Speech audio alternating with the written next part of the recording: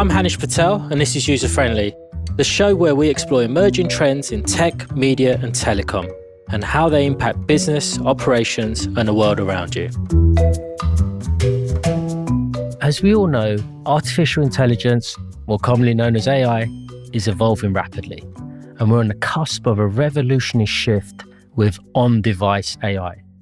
This groundbreaking technology brings AI processing directly onto devices like smartphones, PCs, and more, fundamentally changing how we interact with technology.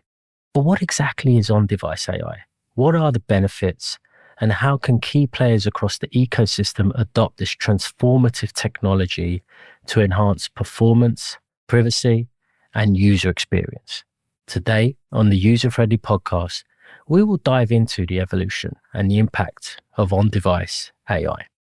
Joining me to unpack these exciting developments is Vinesh Sukumar, Head of Generative Artificial Intelligence and Machine Learning Product Management at Qualcomm, and Baris Sarah, Artificial Intelligence Practice Leader for the Tech, Media, and Telecom industry at Deloitte Consulting. Vinesh, Baris, welcome to the show. Great to be here. Thank you. Good to be here. All right. Given recent times when someone mentions AI, minds immediately jump to generative AI. But there are various types, as we all know. And Baris, I'd like to open up with you for maybe a bit of a primer on the different types of AI. And from there, let's talk a bit more about what is then on-device AI and what does it exactly mean and how does it differ from, say, traditional cloud-based AI? Sure. So Gen AI is a step in the evolution of various AI and ML technologies. Burst onto the scene a couple years ago, obviously. But if you look back at the development, the research and technology evolution behind it, it goes back decades. Now, what is on-device AI? It's a whole different question. It's an exciting shift, or rather maybe an emerging marketplace or approach how we perform AI processing. Instead of relying on cloud servers, which require data to be transmitted back and forth, on-device AI performs computations directly on the end user's device, whether it's a smartphone, laptop, or any other edge devices. And this brings a lot of different benefits. Obviously, since you're doing it locally, it's near real time, reducing the latency associated with compute. And then you're not really dependent on an internet connection to be able to use AI. The data is local. In addition to offering faster response times, it offers greater privacy too, because your data is not getting transmitted in the public domain. And then you have better service availability. You're able to use your AI without the internet connection, as I mentioned, which is essential for applications that require uninterrupted performance, like autonomous driving or real-time translation. What I would want to point out is on-device is not an either-or proposition. There's the right place to use high-performance cloud servers to compute AI, especially all of the training that's going on today. That definitely requires very substantial compute capabilities that at least today only exist on cloud. But it's a combination of leveraging compute on device, leveraging the compute on the cloud, and executing the right workloads at the right place, using the right model at the right time, all of which in my mind comes together as a new architecture, I guess increasingly being recognized hybrid AI architecture in the industry. So firstly, thank you for that. And then I just want to maybe dig in a bit deeper, as you talked about hybrid there and some of the benefits, like you said, just having it local, not needing an internet connection. If we think about on-device AI, and as you mentioned, hybrid AI architectures, and they're considered to be somewhat an evolution on the AI landscape, can you dig in a bit deeper? And I really want to turn to the both of you on this one around the main business benefits and the end user benefits when we think about that kind of hybrid AI architecture as well as on-device AI. So service availability, I mentioned, when you do AI locally, you don't even need an internet connection. And there's so many different use cases across industries where that is critically important. Privacy by design, you're keeping the data local. And as you know, privacy concerns got elevated over the past decades. And with the advancements in AI and the data-hungry AI, it's becoming even more top of mind for both consumers and Mhm. enterprise users. And then security, endpoint security offered by processing AI locally on the edge, reduced latency. And also, I failed to mention cost reduction is an incredibly important element of it. And this is a little bit counterintuitive. Over the last decade, we've seen a huge shift from on-prem workloads to the cloud. Now, what we're arguing with on-device and hybrid is we may see a little bit of a shift back or redistribution of workloads. And if you're a software company and you're deploying a lot of AI workloads, to the extent that you can deploy some of them on device, you're effectively externalizing the cost of running those workloads. And therefore, there are some great benefits for software companies to get from out of this. I'll probably add to what Baris mentioned here. When you look at on-device from an AI enablement standpoint, to a large extent, the focus of attention has been on immediacy or better quality of service, reliability, personalization, privacy, security, and cost. But there's always going to be instances wherein on-device AI may not really support all elements of it. There are going to be instances wherein you want to look at distributed processing. The processing would happen at near edge, which could be your own personal workstation, or near edge could be within a premise-based server or completely on the cloud. And the question really becomes is at what point do you really make that decision to do a hierarchical shift towards where hybrid becomes extremely critical and extremely important? One such example would be is in automotive environment, there is something called a shadow mode. A shadow mode is something wherein you want to understand, given a situation in an environment, how would a driver and how an autonomous agent in a car would act. And they try to mimic these actions. If the autonomous agent in a car equals the action taken by the user, then you don't have to share anything towards the cloud. In that case, things are looking good. But there are going to be instances wherein the agent has taken a different action and the action was wrong compared to that of a user. Or a user has taken an action which was completely different, led to an accident. You record that. So the expectation becomes is if you want to have some continuous improvement or quality leverages over a commercial deployment, you share those elements in cloud, you optimize the models, and then you make sure you do an over-the-air upgrade to continue to increase the prediction accuracy of these models.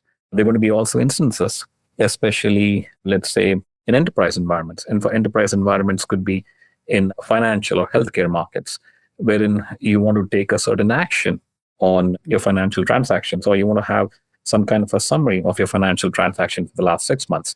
So the intermediate request of translating, let's say, a voice-based command into a textual input, the textual input goes into a large model. The large model understands the intent of the user. Once the intent of the user is understood, it needs to take a subsequent action of collecting the data of financial transaction for the last 6 months and then do a summary of it. And that information is resident in the cloud. So in that case, you have a specific context, you have a specific request about the user, that goes to the cloud, extracts the information, and then comes back to the edge. It's going to be a combination of edge plus cloud-based processing. So in summary, I would say a hybrid is inevitable. The question really becomes is how much of a workload distribution would be on the edge and how much of them would be on the cloud. And that totally is dependent upon a use case. It could be an automotive environment, financial transaction, healthcare, or even common consumer space. And depending upon the key performance indicators or experience indicators, that distribution changes accordingly. And Vinesh, maybe I want to add on top of that, as you think through the hybrid architecture, critical component is going to be the orchestration of those workloads. Would you agree? Oh, absolutely. It's important that this orchestration makes that decision. It is not predefined in a way, because predefined is one way to go look at it from a hybrid standpoint. But the other element is, can this orchestration self-learn? At what point do you make that switch to a near edge or a far edge or completely towards the cloud? So yes, absolutely aligned with you, Baris. And to put a finer point on that, totally agree, Vinesh. The critical thing will be when we talk about end user devices, obviously we're talking about resource constrained environments that are used by end users. So to optimize between the performance of the system, the resources available to other end user applications, and the complexity of the use case, we're talking about a fairly sophisticated orchestration that happens real time, managing both cloud and on-device resources. I think that's where the future is. To your earlier point about hybrid AI is inevitable, this is going to be a critical enabler of that journey in my mind. So I want to stick with where you both talked about the orchestration. And if we think about that, How is the market actually evolving to then support on-device AI? And specifically, what trends are driving the adoption of endpoint AI across the various devices? I'll start with you, Vinesh, on that. A great question. I'll probably simplify this and answer this in two phases, right? Mhm. Phase one is looking at the system approach. System approach is what are we doing at a base level from a hardware perspective? What is happening on the software side? And what is happening at the system intrinsics to really get to a much better user experience from an application standpoint. So starting at the lowest levels of hardware is where all the magic happens. The question really comes back as, do you happen to have enough compute resources? Do you have enough bandwidth? Do you have enough memory, key blocks to really get these AI experiences fully enabled? When you look at various AI use cases, they either anchor on latency, or they anchor on higher performance, or they anchor on better quality of service. Or if you're in a streaming kind of AI use case or a gaming kind of use case, where you're running this AI experience on a portable device, performance per watt or energy efficiency becomes extremely critical. So once you understand these key performance indicators, the question really becomes is, how do you architecture this from a hardware perspective to have the necessary investments in place to get it accomplished? When you go one layer above that is the software. As someone said, every hardware architecture lives or dies by the software. And it's a true statement. The question really comes back is the software easy enough to use? Is it portable enough to get you the performance you're looking for? And do you have the necessary knobs in your toolkit, which could be libraries, could be your operators, to really eke out the highest performance that you're looking for? Any ecosystem practitioner, could be a developer, could be a research scientist, could be an app developer, any of those kind of audience. And the last but not the least is the applications. Now, applications is where it gets a little bit of a tricky thing. Here, applications collect a lot of data about the user. And then depending upon a static training model that's available, you provide a certain inference of the data that's made available. The question always comes back to the fact is, can this application be dynamic in nature? In other words, if a user is asking for a certain response and the response is not good, can the application self-learn so that the next time when the same application is invoked by the user, the same mistake is not happening? That's a difficult problem to solve, but there's a lot of research happening in that space to get it done. So there's a lot of excitement to really make sure these apps are self-learn and they get personalized to the user perspective. Now, the second component of it is agentic workflow. Agentic workflow is wherein the humans or any kind of common user does not have to specifically touch an application or invoke an application. And that's where I think the big talk is all about in the future is you happen to have a plain display, a plain intelligent machine, and basing your voice as your primary input translates your intent into actions. Those actions go invoke a certain instances of what you're looking for and get things done. But again, I think these are evolutions that is expected in the future, but there's a lot of excitement on getting things done on the edge, for sure. Vinesh, as you covered that sort of evolution, Barry, what are the trends that then you're seeing through the adoption of that across those various devices? Well, so kind of pick up from where Vinesh left, and maybe I'm going to apply a little bit of Deloitte lens to it. We really open our eyes, if you will, to the opportunity as some of these small language models start becoming available, maybe late 2023. And then also the fact that some of these chips coming available earlier this year, we realized that it was actually technically feasible, and not only feasible, but attractive to start pushing some AI workloads to the edge. And our journey at Qualcomm really started with proof of tech, where we decided to demonstrate the power of on-device AI by building a CRM-like mobile application and demonstrate that. And the application worked like this: two business people talking to each other.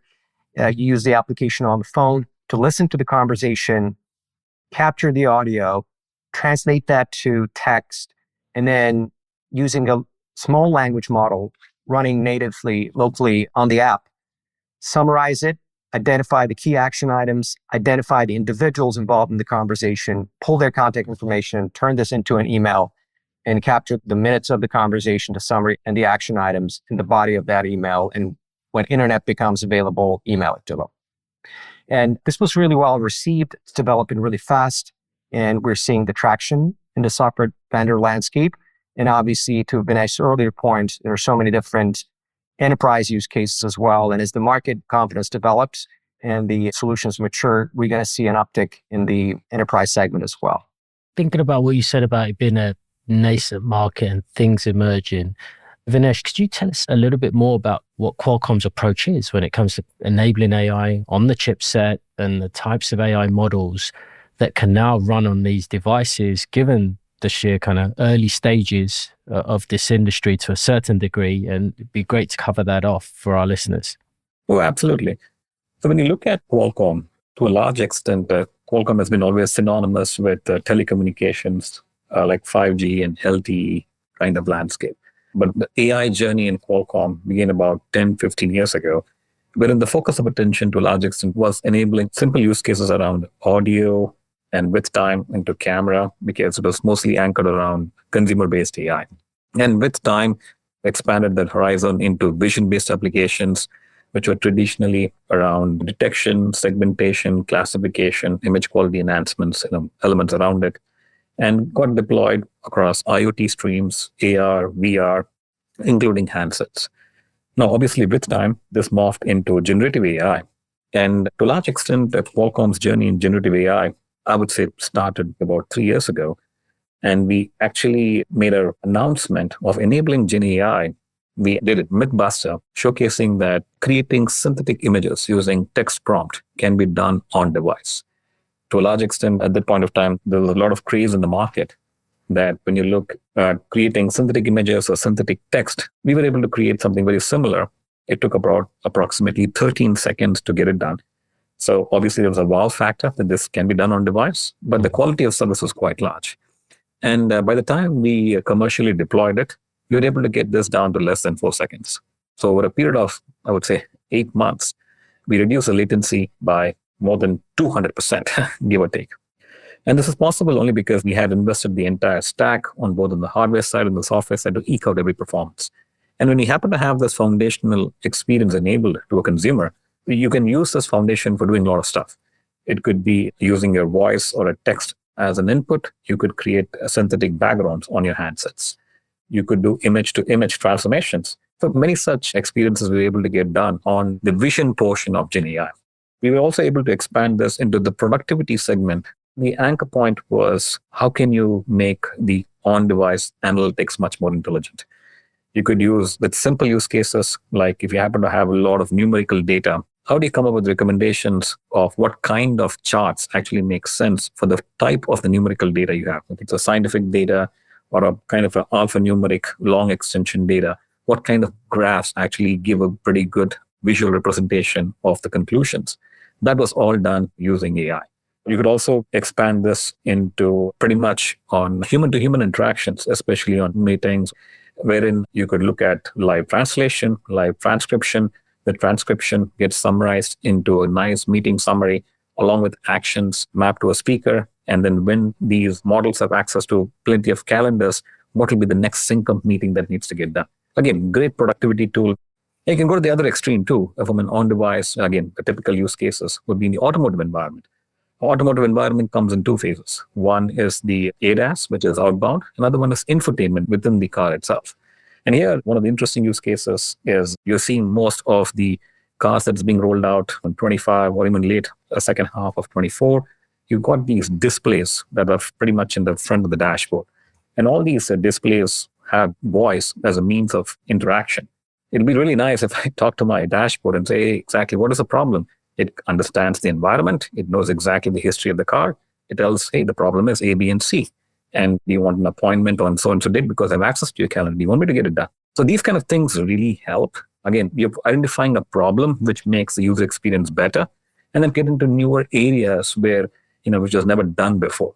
And this could be some of the agentic work that we talked about, wherein you can look at creating knowledge graphs to make it much more personal to the user. I think these are good investment areas where AI is actually pushing for use cases, both on the productivity side, content consumption side, content creation side, and plenty more. You mentioned a number of kind of use cases, like you said, from a vision perspective, productivity, and clearly even one could argue a safety perspective when you think of automotive. Baris, I want to turn to you as well. In some of the examples that you're seeing, whether you want to share of just how clients are using some of that on-device AI technology in their real-world applications. Yeah, absolutely. One I'm going to mention is with one of our contact center software clients. Their use case specifically for on-device was two parts. They wanted to do translations, but real-time translations would have very stringent demand on latency. And they were struggling to get that type of performance out of cloud-based deployments. And that's what got their attention in terms of on-device AI as an option. And obviously the other attractive part was the cost component.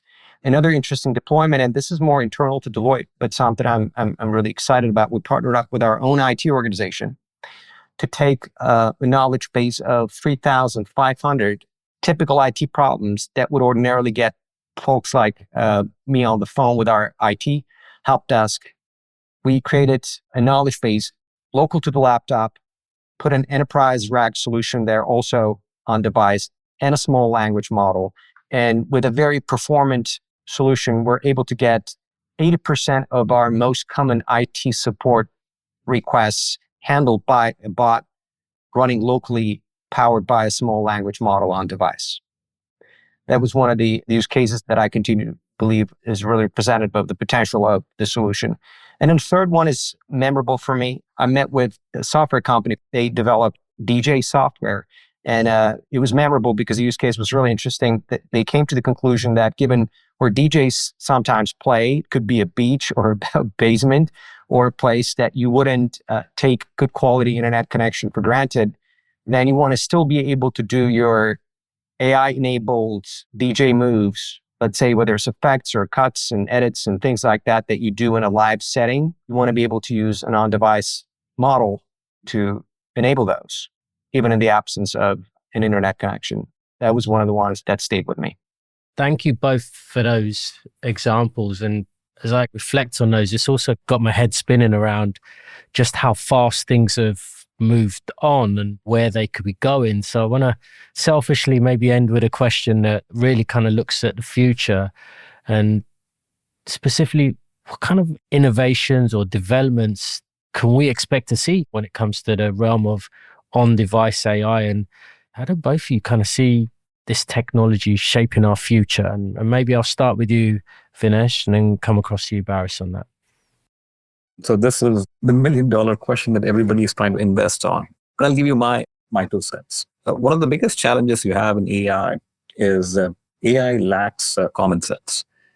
What I'm saying that is the component of reasoning to understand a certain situation and make a prediction as a function of that situational awareness is lacking. So how do you infuse that? Is one thing. There's been a lot of focus, there's a lot of investment, and can that be enabled on device? In other words, we're trying to make sure that these systems which have built-in AI, can they be dynamic in nature? Can they understand the user? Can the personal and the emotional intelligence of the user be baked in along with the environmental intelligence? And it cannot be static in nature. It has to be dynamic in nature. And can it be done through self-learning? And that's a big topic. To a large extent, it cannot be resolved in a day or two. And there will be different phases. The extension towards about agentic flows. The agentic flows always touch on how do you do device deployment and how do you transition that to hybrid.